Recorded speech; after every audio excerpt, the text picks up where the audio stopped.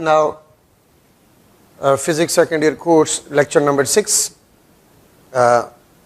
Lecture 5 में हमने electric field lines वगैरह डिस्कस किए थे, ठीक है। और अभी लेक्चर नंबर 6 में उसमें से यूनिफॉर्म फील्ड और वो न्यूट्रल पॉइंट्स, उसके बारे में मैं थोड़ा सा डिस्कशन करूँगा। जो हमारे QCA का ऐप है, ये नया है, नए सिस्टम में ज़रूर प्रॉब्लम्स होते हैं, ठीक है। तो इंशाल्लाह दुआ करें, हम इस पे लगे हुए हैं, इसको और भी वक्त के साथ साथ इम्प्रूव से इम्प्रूव करते जाए। आप लोगों की दुआएं हमारे लिए काफ़ी इम्पोर्टेंट है, ठीक है। और आप लोगों की सजेशंस भी हमारे लिए काफ़ी इम्पोर्टेंट है, ठीक है। तो सजेशंस भी दिया करें, ठीक है। अच्छा, बाकी उम्मीद तो है इंशाल्लाह, अफवाह इस तरह है, आप लोगों ने भी सुना होगा और हम भी सुन रहे हैं कि इंशाल्लाह हायर लेवल क्लासेस जो कॉलेज लेवल है और यूनिवर्सिटी लेवल है उसको ओपन किए जा रहे हैं अंडर SOPs। हम आपके लिए SOPs जो है के लिए जो रिक्वायरमेंट होता है वो हम भी पूरे करें, ठीक है इंशाल्लाह, ताकि जल्द से जल्द आप लोग क्लास में हो और हम क्लास में जो है लेक्चर ले लें, ठीक है। अच्छा, लेक्चर नंबर 6 में मैं स्टार्ट करता हूँ। लेक्चर नंबर 5 में हमने इलेक्ट्रिक फील्ड लाइंस और न्यूट्रल पॉइंट पे बात ख़त्म की थी, ठीक है। वो न्यूट्रल पॉइंट वाली बात मैं डिटेल में करवाऊँगा। पहले फील्ड लाइंस में यूनिफॉर्म फील्ड को ख़त्म करते हैं, उसके बाद फिर उसकी तरफ बढ़ते हैं। Uniform field, uniform field, uniform field का मतलब होता है constant magnitude, constant magnitude as well as constant direction, ठीक है। मैं मैथमेटिकली इस तरह लिख सकता हूं कि इलेक्ट्रिक फील्ड इंटेंसिटी आपके पास जो हो इट इज कांस्टेंट। देखिए, इलेक्ट्रिक फील्ड वेक्टर फील्ड होता है, इसका मैग्नीट्यूड भी होता है और डायरेक्शन भी होता है, ठीक है। अगर मैग्नीट्यूड और डायरेक्शन दोनों कांस्टेंट हो तो फिर हम कहते हैं फील्ड इज यूनिफॉर्म। ग्राफिकली इसको हम इस तरह जो है वो डिस्कस कर सकते हैं। ये ग्राफिकल रिप्रेजेंटेशन है, ठीक है। आप पैरेलल लाइंस को ड्रॉ करें, equi space parallel lines, equi space parallel lines को आप लोग ड्रॉ करें। ये आपके पास इक्वी स्पेस पैरेलल लाइंस है, ठीक है। इसको आप लोग ड्रॉ करें तो ये आपके पास ग्राफिकल रिप्रेजेंटेशन है फॉर द यूनिफॉर्म फील्ड। और आपको पता है कि electric field line is always from positive to negative. ये आपके पास पॉजिटिवली चार्ज प्लेट है, ठीक है। इसको हम ले रहे हैं, this is positively charge plate, ठीक है। और ये आपके पास जो है ये नेगेटिवली चार्ज प्लेट है। Electric field is always from positive to negative, ठीक है। तो आप यहां पर याद रखें, E आपके पास किसी भी पॉइंट पे इट विल बी कांस्टेंट। ये आपके पास क्या होगा? कांस्टेंट होगा, मैग्नीट्यूड में भी और डायरेक्शन में भी। तो जब हम इक्वी स्पेस पैरेलल लाइंस को बना देते हैं वो यूनिफॉर्म फील्ड को रिप्रेजेंट करता है, वो यूनिफॉर्म फील्ड को रिप्रेजेंट करता है। अगर मैग्नीट्यूड कांस्टेंट हो, डायरेक्शन चेंज हो रहा है, तब भी फील्ड यूनिफॉर्म नहीं होगा, ठीक है। अगर डायरेक्शन कांस्टेंट हो, मैग्नीट्यूड सेम ना हो, फिर भी फील्ड यूनिफॉर्म नहीं होगा, ठीक है। अगर मैं इस किस्म के फील्ड ड्रा करूं, आप देख सकते हैं ग्राफिकली, आप मुझे बता सकते हैं कि ये मैंने फील्ड लाइंस ड्रा किए हैं, ठीक है। ये मैंने फील्ड लाइन ड्रा किया है, तो आप मुझे इस ग्राफिकल रिप्रेजेंटेशन से बताएं कि इस रीजन में फील्ड यूनिफॉर्म है कि नहीं है। तो देखिए यहां पर E मुझे नजर आ रहा है, फील्ड लाइंस नजदीक है, तो इसका मतलब यह है कि इलेक्ट्रिक फील्ड लाइन स्ट्रांग है, ठीक है। और यहां पर आपके पास क्या है? वीक है, ठीक है। तो इसका मतलब यह है कि यहां पर जो फील्ड है वो नॉन यूनिफॉर्म है, the field is a non uniform. और यहां पर आप लोग देख सकते हैं द फील्ड इज यूनिफॉर्म, ठीक है। पैरेलल भी है और इक्वी स्पेस लाइंस है, तो इसको हम यूनिफॉर्म फील्ड कहते हैं, ठीक है। मैग्नीट्यूड भी कांस्टेंट और डायरेक्शन भी कांस्टेंट। एक बात याद रखिए, इसमें जो इंपॉर्टेंट कंसेप्ट है फॉर MCQs वो क्या है, ठीक है। मैं लिख लेता हूं for uniform field, for uniform field E अगर आपके पास कांस्टेंट हो, E is constant, then E is independent of E is independent of R. ठीक है, distance of a point, distance of a point. ये बात याद रखें, अगर इलेक्ट्रिक फील्ड यूनिफॉर्म हो, अगर इलेक्ट्रिक फील्ड यूनिफॉर्म हो तो ये बात याद रखें कि फिर इलेक्ट्रिक फील्ड स्ट्रेंथ आपके पास जो होता है वो आर से इंडिपेंडेंट होता है, डिस्टेंस से इंडिपेंडेंट होता है। क्या मतलब है डिस्टेंस से इंडिपेंडेंट होता है? इसका मतलब ये होता है कि लेट सपोज इन दो प्लेट्स के दरमियान, आप मेरे दोनों हाथों को प्लेट्स ले लें, लेट सपोज ये दो प्लेट्स है और इन दो प्लेट्स के दरमियान फील्ड यूनिफॉर्म है, ठीक है, तो फिर आप एक चार्ज पार्टिकल पॉजिटिव प्लेट से 1 सेंटीमीटर डिस्टेंस पे रख ले, 2 सेंटीमीटर डिस्टेंस पे रख ले, 10 सेंटीमीटर डिस्टेंस पे रख ले, इलेक्ट्रिक फील्ड इंटेंसिटी आपके पास क्या होगा? कांस्टेंट होगा।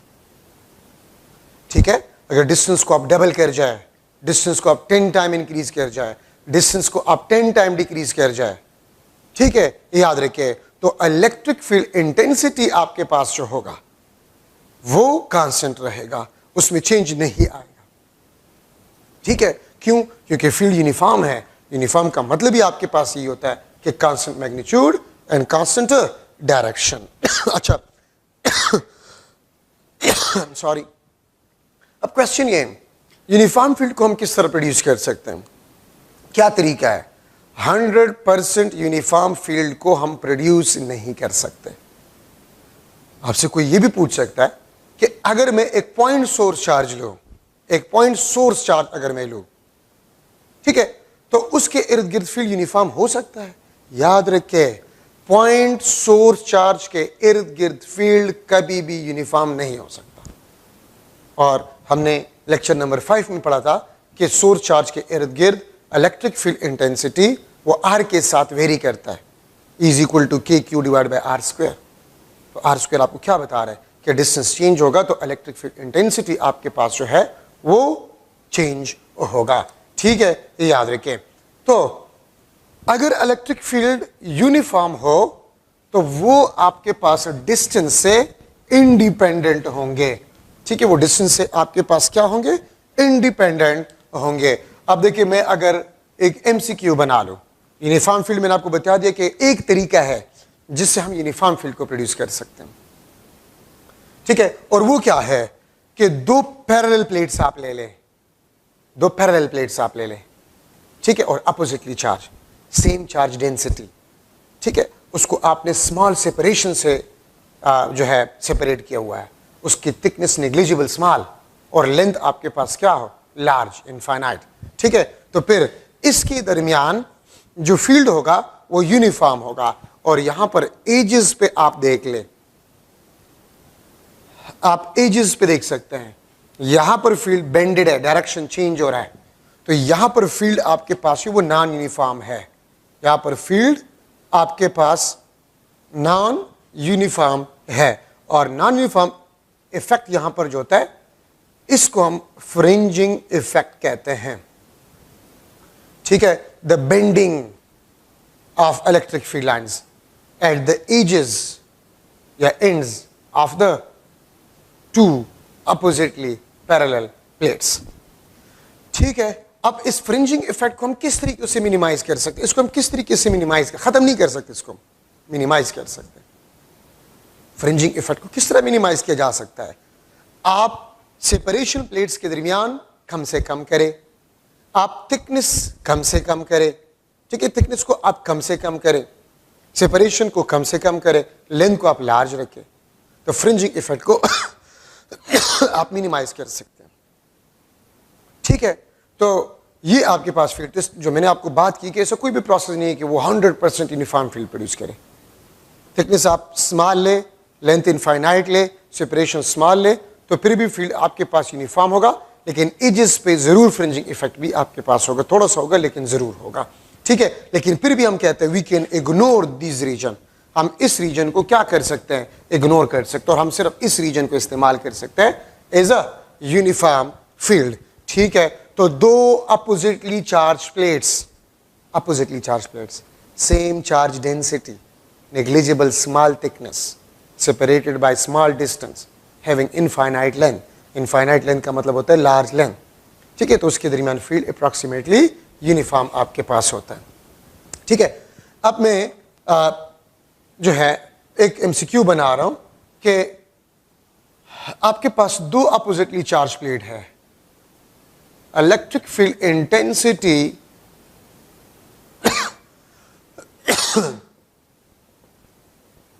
electric field intensity at 1 centimeter from positive plate is 4 Newton per coulomb. Electric field intensity at 1 centimeter point from positive plate is 4 Newton per coulomb. Electric field intensity at 1 centimeter from positive plate is 4 Newton at 1 centimeter point from positive plate is 4 Newton per coulomb. If the field is uniform, then electric field intensity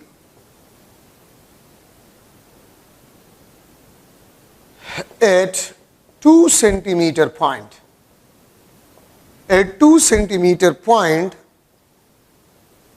from positive plate will be dash. A option 2 Newton per coulomb, B option 1 Newton per coulomb, C option 4 Newton per coulomb. ठीक है, और D option आपके पास 8 Newton per coulomb. आप अगर इस MCQ को देख लें, ठीक है, कि electric field intensity at 1 centimetre point from positive plate is 4 newton per coulomb. If the field is uniform then electric field intensity at 2 centimetre point from positive plate will means हमने distance को double किया. ये 2 centimetre और ये आपके पास क्या था, 1 centimetre था. सो हमने डिस्टेंस को डबल किया. तो अगर हमने डिस्टेंस को डबल किया, what will happen to the electric field intensity. ठीक है, इलेक्ट्रिक फील्ड इंटेंसिटी आपके पास क्या बन जाएगा.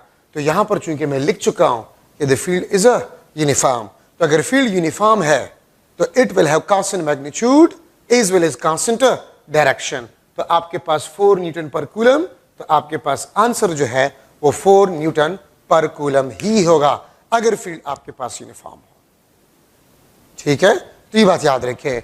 अब आपके जहन में ये बात आएगी कि हमने तो पढ़ा था कि E is inversely proportional to R square. अगर आपके जहन में ये आ रहा है कि E is inversely proportional to R square from this equation, इस इक्वेशन के मुताबिक से E is inversely proportional to R square. So this is only for point charge. और याद रखें, field is non-uniform around point source charge. अगर आपसे कोई पूछे कि क्या अगर हमारे पास एक आइसोलेटेड पॉइंट चार्ज है या हमारे पास एक पॉइंट सोर्स चार्ज है तो उसके इर्द गिर्द फील्ड यूनिफॉर्म हो सकता है. ठीक है, तो आपका जवाब क्या होगा, नो. एक पॉइंट सोर्स चार्ज के इर्द गिर्द फील्ड कभी भी यूनिफॉर्म नहीं हो सकता. ठीक है, वो आपके पास क्या होगा, नॉन यूनिफॉर्म होगा. ठीक है, याद रखिए पॉइंट सोर्स चार्ज या आइसोलेटेड चार्ज के इर्द गिर्द फील्ड कभी भी यूनिफॉर्म नहीं होगा. और ये वाला जो इक्वेशन है या ये रिलेशन जो है, this is for the point source charge, ये पॉइंट सोर्स चार्ज के लिए है. ठीक है, और अगर आपको बताया जाए कि द फील्ड इज यूनिफॉर्म, अगर आपको बताया जाए कि फील्ड इज यूनिफॉर्म, तो फिर इलेक्ट्रिक फील्ड इंटेंसिटी R से इंडिपेंडेंट होगा. किसी भी डिस्टेंस पे इलेक्ट्रिक फील्ड इंटेंसिटी आपके पास क्या होगा, सेम होगा या कांस्टेंट होगा. ठीक है, तो ये बात याद रखें. तो ये आपके पास यूनिफॉर्म फील्ड में आपके पास इलेक्ट्रिक फील्ड इंटेंसिटी जो है it is independent of R. मैं एक दूसरे एमसीक्यू बना लेता हूं। Between two oppositely charged plates, between two oppositely charged plates having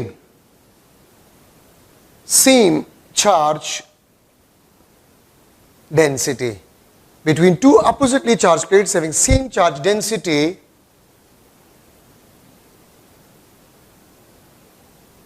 between two oppositely charged plates having same charge density has 2 points. Between two oppositely charged plates having same charge density has 2 points where R1 ratio R2 is equal to 3:4 from positive plate. ठीक है,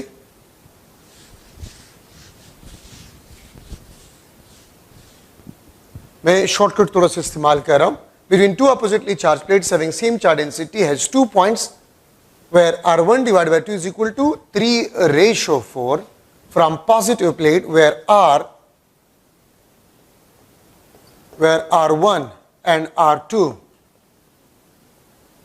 are distances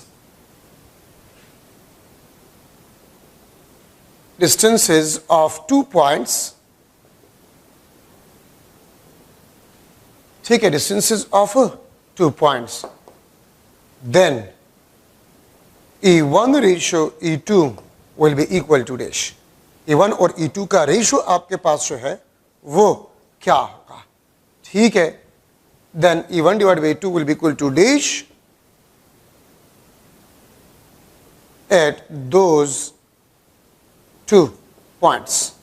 मैंने थोड़ा सा shortcut use किया।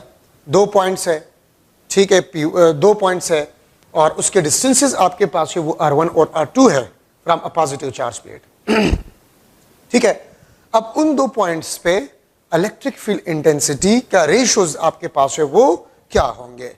ठीक है, तो मैं लिख लूंगा A option 9:16, B option 4:3, C option 1:1, D option 16:9। ठीक है, आपके पास R1 और R2 का जो रेशियो है वो आपके पास है 3:4। तो फिर उन 2 पॉइंट्स पे इलेक्ट्रिक फील्ड इंटेंसिटी के रेशियोज आपके पास क्या होंगे? ठीक है, तो आपके पास ये मुख्तलिफ ऑप्शंस गिवन है। यहां पर अगर आप देखिए मैंने लिखा है सेम चार्ज डेंसिटी और अपोजिटली चार्ज प्लेट्स है, अपोजिटली चार्ज प्लेट्स है। ठीक है, और दूसरी बात यह है कि उनकी चार्ज डेंसिटी आपके पास क्या है? सेम है। चार्ज डेंसिटी आपके पास क्या है? सेम है। ठीक है, तो चार्ज डेंसिटी अगर आपके पास सेम है तो इसका मतलब यह है कि इन 2 अपोजिटली चार्ज प्लेट्स के दरमियान फील्ड जो होगा वो यूनिफॉर्म होगा। और अगर फील्ड यूनिफॉर्म होगा तो कुछ देर पहले मैंने आपको बता दिया है कि when the field is uniform then E will be independent of R। और अगर E R से इंडिपेंडेंट होगा तो आपके पास 1:1 आंसर होगा। Oppositely charge plates, same charge density, इसका मतलब है कि इन दोनों के दरमियान फील्ड आपके पास जो होगा वो यूनिफॉर्म होगा। और यूनिफॉर्म फील्ड वो R से आपके पास क्या है? इंडिपेंडेंट है। ठीक है, तो आपके पास आंसर आ जाएगा 1:1 is the answer.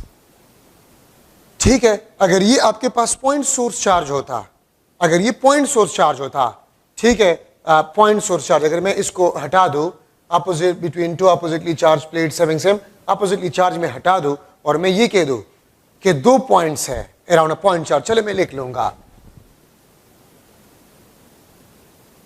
R1 divided by R2 is equal to 3:4 where R1 and R2 are distances are distances of 2 points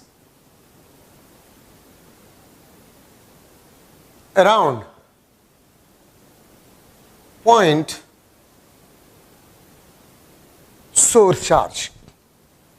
ठीक है, R1 divided by 2 is equal to 3:4, where R1 and R2 are distances of 2 points around point source charge. ठीक है, then the ratio of electric field intensity will be equal to dash at those 2 points. उन 2 points पे electric field intensities के ratios आपके पास क्या होंगे? ठीक है, तो ए ऑप्शन आपके पास जो है 3:4, ठीक है, बी ऑप्शन आपके पास जो है 4:3, सी ऑप्शन आपके पास जो है 16:9 और डी ऑप्शन आपके पास जो है 9:16. तो देखिए यहां पर मैंने लिखा है कि आपके पास 2 पॉइंट सोर्स चार्ज है, point around point source charge. तो पॉइंट सोर्स चार्ज के लिए E आपके पास जो होते, this is inversely proportional to R square, is inversely proportional to R square. E1 divided by E2 is equal to R2 square divided by R1 square. ठीक है, ये इसको मैं इस तरह भी लिख सकता हूं, 1 divided by R1 square divided by R2 square. ठीक है, इस तरह भी मैं इसको लिख सकता हूं. तो R1 आपके पास क्या है, 3 है, और R2 आपके पास क्या है, 4 है. तो 16:9 आपके पास आंसर आ जाएगा. ठीक है, ये आपके पास आंसर हो जाएगा. तो 2 चीजें हैं. ठीक है, एक आपके पास होते हैं पॉइंट सोर्स चार्ज और दूसरा आपके पास होता है यूनिफॉर्म फील्ड. तो इसमें आप लोगों ने कंफ्यूज नहीं होना है. इस किस्म के एमसीक्यूज में आप लोगों ने देखना होगा कि यूनिफॉर्म फील्ड की बात हो रही है, ठीक है कि नहीं, पॉइंट सोर्स चार्ज की बात हो रही है. पॉइंट सोर्स चार्ज के इर्द गिर्द फील्ड कभी भी यूनिफॉर्म नहीं हो सकता. ठीक है, और E is inversely proportional to R square, वो पॉइंट सोर्स चार्ज के लिए है. लेकिन अगर फील्ड यूनिफॉर्म हो तो फिर E आपके पास होगा वो R से क्या होगा, इंडिपेंडेंट होगा. ठीक है, तो ये बात याद रखिए, यूनिफॉर्म फील्ड में E R से इंडिपेंडेंट होता है. ठीक है, तो ये आप लोग याद रखिए. तो ये था आपके पास यूनिफॉर्म फील्ड में थोड़ा सा डिस्कशन. अब वो न्यूट्रल पॉइंट की तरफ हम थोड़ा सा बढ़ते हैं. ठीक है, कि न्यूट्रल पॉइंट आपके पास है वो क्या होता है. मैं न्यूट्रल पॉइंट के बारे में थोड़ा सा डिस्कशन करना चाहता हूं. अगर आपके पास एक पॉजिटिव चार्ज है और यहां पर पॉजिटिव चार्ज है, ठीक है, ये Q1, ये आपके पास Q2, तो मैं यहां पर लिख लूंगा कि न्यूट्रल पॉइंट आपके पास वो पॉइंट है जहां पर नेट इलेक्ट्रिक फील्ड इंटेंसिटी क्या होता है, 0 होता है. Neutral point E net is equal to 0 lie on a line, ठीक है, neutral point where E net is equal to 0 lie on a line joining between 2 charges. Neutral point E net is equal to 0 lie on a line joining between 2 charges. मतलब यह है कि neutral point आपके पास इन 2 charges के दरमियान कहीं पर होगा. ठीक है, इफ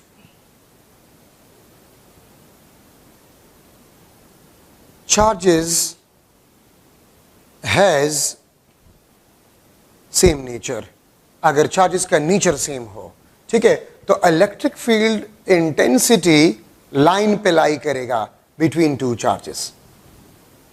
मेरे कहने का मतलब यह है कि अगर 2 सेम नेचर वाले चार्जेस हो, पॉजिटिव पॉजिटिव और नेगेटिव नेगेटिव, तो न्यूट्रल पॉइंट 2 चार्जेस के दरमियान लाइन पे लाई करेगा. कहां पर होगा वो तो हमने कैलकुलेट करना होगा. ठीक है, लेकिन 2 चार्जेस के दरमियान जो है न्यूट्रल पॉइंट होगा. ठीक है, and remember neutral point not lie between 2 charges on a line joining 2 opposite charges. अगर आप 2 opposite charges ले रहे हैं, मतलब एक पॉजिटिव और एक नेगेटिव, तो फिर न्यूट्रल पॉइंट कभी भी दो चार्जेस के दरमियान नहीं होगा। लेट्स सपोज ये आपके पास पॉजिटिव चार्ज है, ठीक है, यहां पर आपके पास नेगेटिव चार्ज पड़ा हुआ है, यहां पर आपके पास नेगेटिव चार्ज पड़ा हुआ है। This is Q1, this is Q2। तो याद रखें आपके पास E will be never equal to 0 between the two charges, लेकिन यहां पर E net आपके पास है वो 0 होगा। तो एक बात याद रखें, अपोजिट चार्जेस के दरमियान न्यूट्रल पॉइंट लाई नहीं करता between two charges. Neutral point दो चार्जेस के दरमियान होगा कब? अगर उनका नेचर आपके पास है वो सेम हो, पॉजिटिव पॉजिटिव चार्जेस हो या नेगेटिव नेगेटिव चार्जेस हो, तो फिर neutral point between two charges lie करेगा। अच्छा, अब स्टूडेंट्स ये भी पूछ सकते हैं कि अगर दो अपोजिट चार्जेस के दरमियान न्यूट्रल पॉइंट नहीं होता तो क्या इस लाइन पे कहीं पर इलेक्ट्रिक फील्ड इंटेंसिटी 0 हो सकता है? ठीक है, हां हो सकता है, दरमियान में नहीं हो सकता, पीछे किसी पॉइंट पे आपके पास E नेट 0 हो सकता है। और E नेट 0 कब होगा? ठीक है, अगर इसकी वजह से इलेक्ट्रिक फील्ड इंटेंसिटी को मैंने E1 लिखा और इसकी वजह से इलेक्ट्रिक फील्ड इंटेंसिटी को E2 मैंने लिख लिया, इसकी वजह से E1, इसकी वजह से E2, तो याद रखें E नेट आपके पास कब 0 होगा? If E1 is equal to E2, या मैं लिख सकता हूं E1 minus E2 is equal to 0। ठीक है, तो फिर इसको हम कहते हैं कि net electric field intensity will be 0। क्या मतलब है इसका? अगर आप मुझसे पूछे कि आसान अल्फाज में बता दे नेट इलेक्ट्रिक फील्ड इंटेंसिटी 0 किस तरह होगा, क्या मतलब है इसका? तो इसका आसान जवाब यह है कि वो पॉइंट जहां पर इलेक्ट्रिक फील्ड स्ट्रेंथ इक्वल हो लेकिन डायरेक्शन अपोजिट हो, तो वो पॉइंट न्यूट्रल पॉइंट कहलाएगा। मैं फिर रिपीट कर रहा हूं, ऐसा पॉइंट जहां पर इलेक्ट्रिक फील्ड इंटेंसिटी सेम हो लेकिन डायरेक्शन अपोजिट हो, तो वो पॉइंट न्यूट्रल पॉइंट कहलाएगा। या उस पॉइंट पे नेट इलेक्ट्रिक फील्ड इंटेंसिटी क्या होगा? 0 होगा। फॉर एग्जांपल एक पॉइंट है और उस पे electric field intensity 10 Newton per coulomb है और दूसरे चार्ज की वजह से भी 10 न्यूटन पर कूलम है, लेकिन डायरेक्शन अपोजिट है। ठीक है, तो फिर उस पॉइंट पे इलेक्ट्रिक फील्ड इंटेंसिटी आपके पास होगा, चूंकि बराबर है, डायरेक्शन अपोजिट है, 0। ठीक है, इसकी मिसाल में क्या देता हूं स्टूडेंट्स को, ये आपके पास मास m है, एक बंदा यहां से 10 न्यूटन फोर्स लगा रहा है, दूसरा बंदा यहां से 10 न्यूटन फोर्स लगा रहा है। ठीक है, तो इस पे नेट फोर्स आपके पास क्या होगा? 0 होगा। तो इलेक्ट्रिक फील्ड इंटेंसिटी है क्या चीज? बेसिकली फोर्स है ना पर यूनिट टेस्ट चार्ज। तो अगर फोर्सेस किसी टेस्ट चार्ज पे या फोर्सेस या इलेक्ट्रिक फील्ड इंटेंसिटी किसी पॉइंट पे मैग्नीट्यूड में बराबर हो लेकिन डायरेक्शन में अपोजिट हो, तो फिर उस पॉइंट पे electric field intensity, net electric field intensity 0 होगा। ठीक है, क्यों? मैग्नीट्यूड सेम है, डायरेक्शन अपोजिट है। लेकिन मैं आप लोगों से पूछ रहा हूं, एक बॉडी है और उस पर दो फोर्सेस लग रहे 10 न्यूटन, मैग्नीट्यूड तो सेम है लेकिन सेम डायरेक्शन में लग रहे हैं, क्या वो बैलेंस कर सकते हैं? कभी नहीं कर सकते। तो आप यहां पर देखें, अगर मैं सिमिलर चार्जेस के दरमियान किसी पॉइंट पे टेस्ट चार्ज को रख लूं Q0, ये पॉजिटिव इसको रिपेल करेगा, दिस इज E1। ठीक है, ये नेगेटिव चार्ज इसको अट्रैक्ट करेगा, दिस इज E2। तो इसका तो डायरेक्शन सेम है, ये कभी भी एक दूसरे को कैंसिल नहीं कर सकते।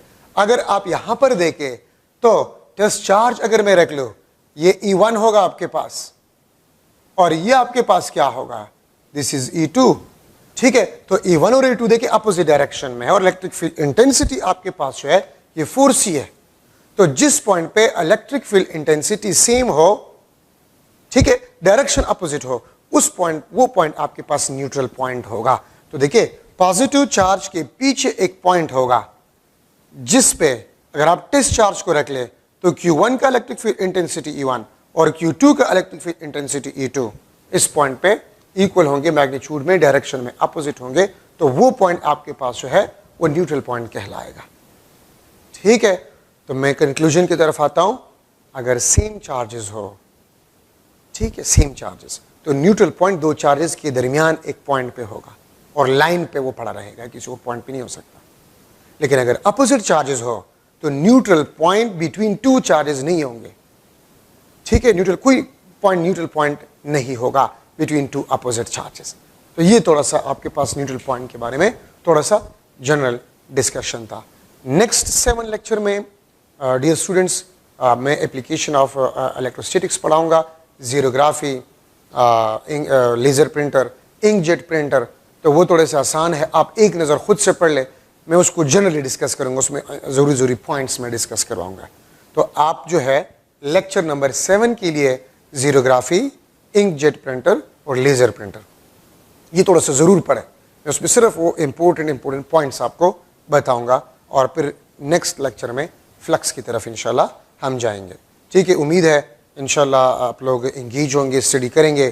ठीक है, स्टडी करें, अपने आप को ऑनलाइन क्लास में इंगेज रखें, बाकी इंशाल्लाह जल्दी क्लास में मिलेंगे। Thank you so much.